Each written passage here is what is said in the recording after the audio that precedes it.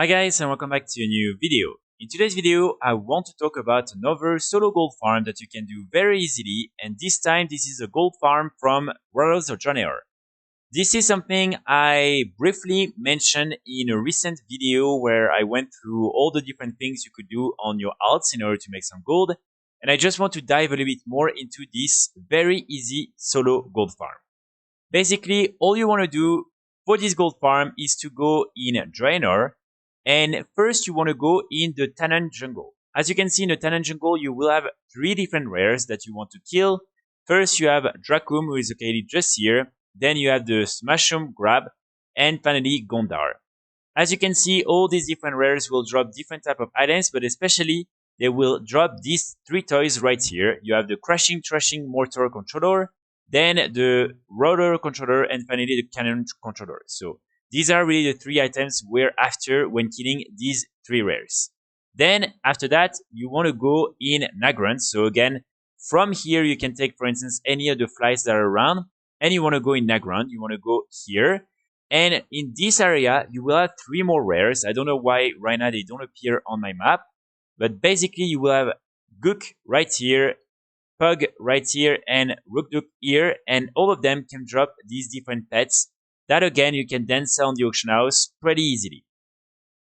So this is really something that should only take you a few minutes because these rares are always up almost. I think they probably like have a 5 minutes respawn timer. So probably you will always find them, and as you can see, you can one-shot them very easily. And then the only part that is a little bit annoying with this farm is having to fly from the Tannen jungle to Nagrand, but again it only takes a few minutes. And then like that, again, you can just kill these 6 rares and have a chance at getting some of these toys and pets that you can then sell pretty easily. Keep in mind, this is something you can only do once per day per character. So don't try to camp them and kill them and again, because otherwise you won't really have a better chance at getting all these different pets and toys.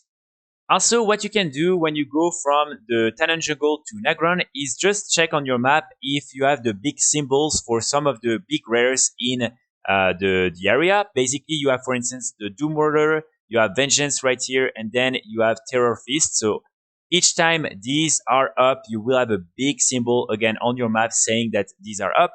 And these are interesting because, as you can see, they can drop the Medallion of the Legion. It's not guaranteed to drop, but you have a pretty good chance at getting some of them. And these items can be sold on the auction house for quite a lot of gold, and they sell really fast. So this is something else that you can also do, but again, it's just if they're up, you can do it. Otherwise, I wouldn't recommend you to just wait for them to be spawned. As you can see, you will still manage to make a little more gold if you get some of them. When it comes to the Sellrate and the value for all these different items, on average, the sell rate for the different toys is going to be between 0.04 to 0.05, which is pretty good. When it comes to the value for this one, as you can see, it's 9,000 gold on average on European realms. For the Cannon controller, it's 5,600 gold on average on European realms. And finally, for this one, it's 7,800 gold on average on European realms. And then for the different pets, the sell rate is 0.06 for all of them. And as you can see, the value is 7,000 for this one. Then you have 7,000 for this one as well. And finally, 7,600 gold for this one. So as you can see, you can very easily make quite a lot of gold if you manage to get some of them. Of course, keep in mind that these different toys and these different pets have a pretty small chance of dropping. I think it's around like 5 to 8% for all of them. So of course, you're not going to get them each time you do this farm. But still, I think if you're doing a few characters, you will definitely manage to get a few of these items each time you're doing it. So definitely, I would say that's a good way to make a little bit of gold. It's not the best gold farm of the year, but it's just something that I think a lot of you might not be really familiar with, and that's why I really wanted to mention it in today's video.